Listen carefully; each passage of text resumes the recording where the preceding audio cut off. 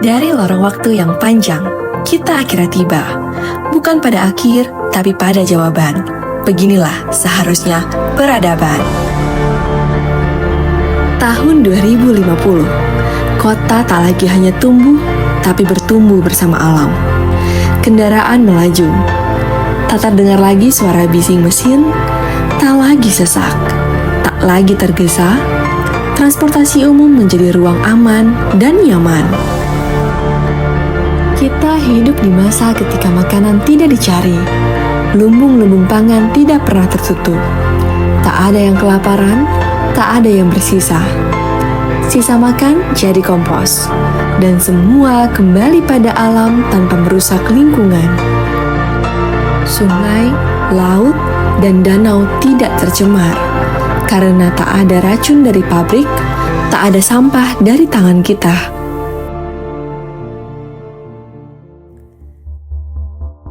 Tapi, itu hanyalah jika kita memilih merawat.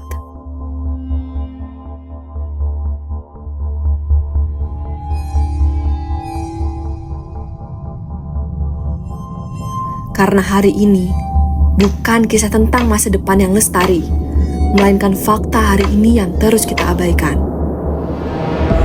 80% energi dunia masih bergantung pada bahan bakar fosil yang menyumbang lebih dari 70% emisi gas rumah kaca global. Akibatnya, perubahan iklim semakin parah, dengan dampak langsung berupa gagal panen, krisis air, dan cuaca ekstrim. Lebih dari 700 juta orang di dunia mengalami kelaparan pada tahun 2023, dan jumlah ini terus meningkat karena perubahan iklim. Negara-negara berkembang, petani kecil, dan masyarakat miskin menjadi yang paling terdampak. Tambang batu bara merusak jutaan hektar hutan, sementara pembangkit listrik mencemari udara dan air, memicu lebih dari 800.000 kematian dini tiap tahun. Sistem energi saat ini bukan hanya mencemari bumi, tetapi juga memperparah krisis pangan dan ketimpangan sosial.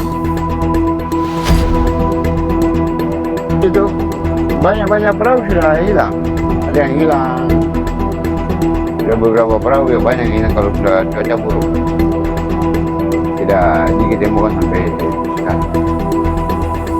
Krisis iklim sedang berlangsung, suhu bumi naik, cuaca ekstrim meningkat, dan miliaran orang terdampak.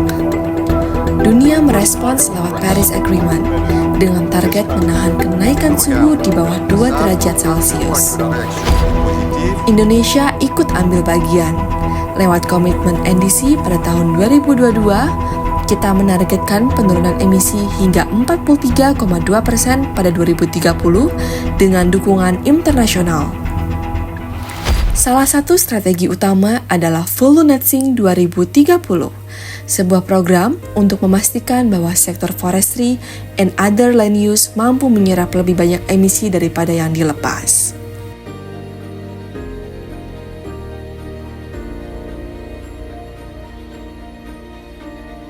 Keberadaan Full Net Sink 2030 menjadi sangat strategis karena berdasarkan Enhanced Nationally Determined Contribution atau NDC, porsi kontribusinya terhadap pencapaian target iklim nasional mencapai hampir 60%. Ya, tanpa keberhasilan di sektor ini, tentunya upaya pengurangan emisi di sektor lain seperti energi, transportasi, dan industri akan sulit menutup kesenjangan. Target yang ditetapkan sangat jelas. Pada tahun 2030, Polu harus mampu menyerap karbon bersih sebesar 140 juta ton CO2 ekuivalen. Di sisi lain, anak muda juga bergerak. Green Leadership Indonesia telah melahirkan pemimpin muda yang membangun gerakan di daerahnya. Green Youth Movement membawa kampanye perubahan dari sekolah hingga ke jalanan. Dan Laboratorium Keadilan Sosial dan Ekologi membuka ruang belajar dan bertindak demi keadilan bagi yang paling terdampak. Tapi kita tahu, semua ini masih kecil, masih terlalu sedikit dibanding besarnya krisis yang kita hadapi. Mereka tak bisa bergerak sendiri, butuh lebih banyak dukungan, perhatian, dan keterlibatan dari semua pihak, termasuk kamu. Kini, kita berdiri di persimpangan.